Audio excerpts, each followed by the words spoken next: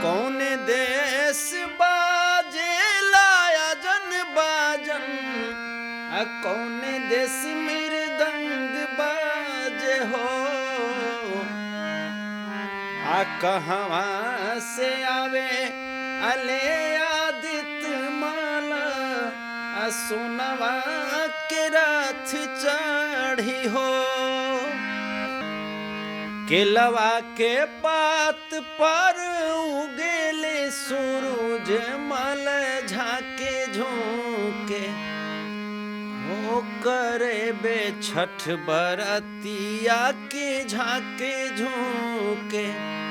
लोक आस्था के महापर्व चैत छठ पूजा की शुरुआत हो चुकी है और चैत छठ पूजा को लेके आज तीसरा दिन है। लगातार पटना के घाटों पर छठ व्रतियों के आने का सिलसिला लगातार जारी है और ऐसे में पूरा बिहार में छठ पूजा की एक अलग महत्ता है।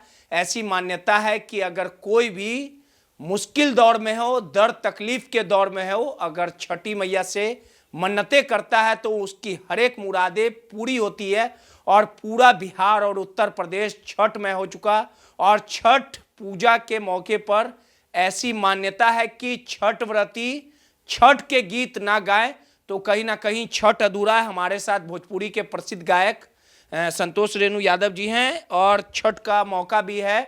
लोग छठ के मौके पर पटना के घाटों पर पहुंच भी रहे हैं और ऐसे में जो शारदा सिन्हा समेत अन्य गायकों के जो गाने हैं छठ पूजा के मौके पर वो दर्शकों को हम सुनाएंगे भी। संतोष रेणु यादव जी, काफ़ी भक्तिमय मौका है, पूरा बिहार छठमय हो चुका है। कुछ ऐसे छठी मैया के गीत जो आपके करीब हो, जिसको सुनने के बाद पूरा माहौल और छठ मैया के प्रति जो लगाव है वो कहीं ना कहीं जाग उठता है। कुछ ऐसे गीत दर्शकों को आप अगर सुनाते हैं।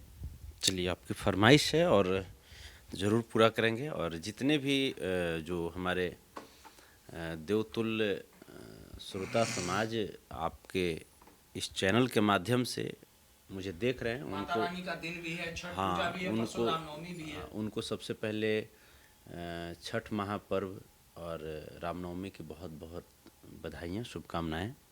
छठ माता से आपका लगाव भी रहा है। हाँ, बिल्कुल बिल्कुल। हमारे यहाँ छठ भी तो हमेशा होता है और बचपन से हम लोग जो जैसे गीत हम लोग सुने तो शारदा सिन्हा जी, शारदा माँ हम लोग।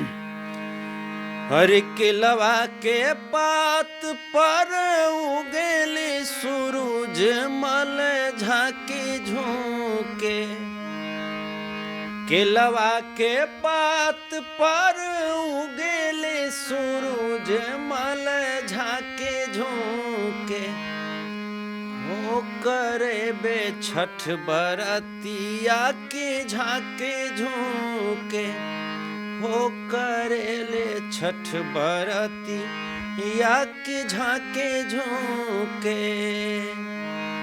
अरे हम तो से पूछी बरतिया बरतिया से केकरा लगी, हम तो से पूछी बरतिया बरतिया से केकरा लगी, हो करेलू छठ बरतिया से केकरा लागी, हो करेलू छठ बरतिया से केकरा लागी। में आज छठ महापर्व का तीसरा दिन है। डूबते हुए भगवान भास्कर को अर्घ्य दिया जाएगा। छठ व्रती जो हैं वो कहीं ना कहीं पहुंच रही हैं छठ के पटना के घाटों पर। तो एक गाना शारदा सिन्हा का हो जाता, उगा हो सूरज देव, ये वो एक ये भी काफी पॉपुलर फेमस गाना है। उगा हो सूरज देव, थोड़ा सा हम उसका ट्यून हम ये कर रहे हैं। एक और जो मेरे दिल के बहुत करीब है और बहुत चर्चित है वो गाना,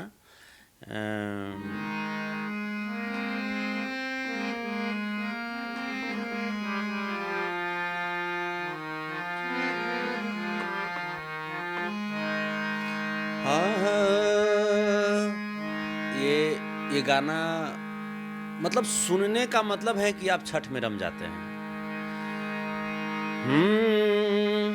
अरे कहाँ चाही बस के बहंगिया, बहंगी लचकत जाय। काचही बाँस के बहंगिया बहंगी लचकत जाय। अकेरे करले छठ बरतिया बहंगी लचकत जाय। अरे दुखवा मिटाई छठी मैया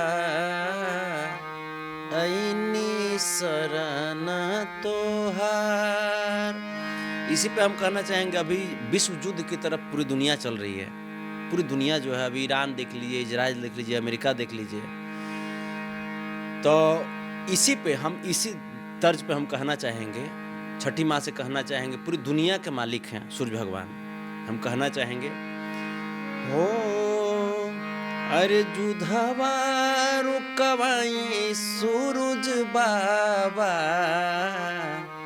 ऐनी शरण तोहार।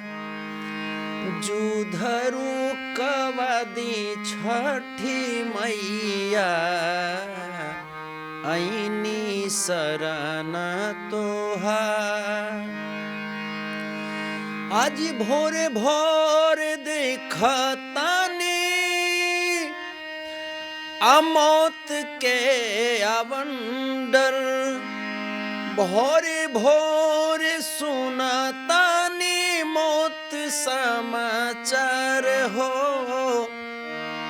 अबरू कवाई दीही चिखिया पिपर हो।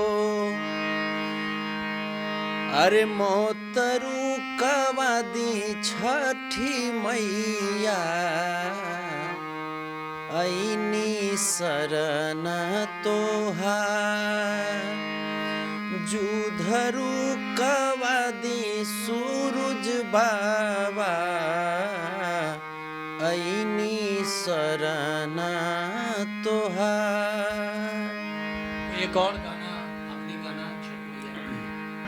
अरे केलवा के पात पर उगेले सूरज मल के करा लागी। हे करेली छठ बरतिया से के करा लागी। हे करेली छठ बरतिया से के करा लागी। हम तोहसे पूछी बरतिया रे बरतिया से के करा लागी। हम तोहसे पूछी बरतिया रे बरतिया से के करा लागी। हे करेलू छठ बरतिया से के करा लागी। हे करेलू छठ बरतिया से के करा लागी। अरे हमरा जे घरे में सोना जैसन बेटवा से उनके लागी। हमरा जे घरवा में सोना जैसन बेटिया से उनके लागी। हो करेलू छठ बरतिया से उनके लागी। हो करेनी छठ बरतिया से उनके लागी। अरे कि कौन देश बाजे लाया जन बाजन। कौन देश मेरे दंग बाजे हो। कौन देश बाजे लाया जन बाजन। कौन देश मेरे दंग बाजे हो। कहवा से आवे अले आदित्य माला। सोनवा के रथ चढ़ी हो। कहवा से आवे ले आदित्य माला। सोनवा के रथ चढ़ी हो। अवधा में बाजे लाया मिथिला में मृदंग बाजे हो, अवध में बाजे लायजन बाजन, मिथिला में मृदंग बाजे हो। स्वर्ग लोक से आवेले सूरज माल, सोनवा के रथ चढ़ी हो।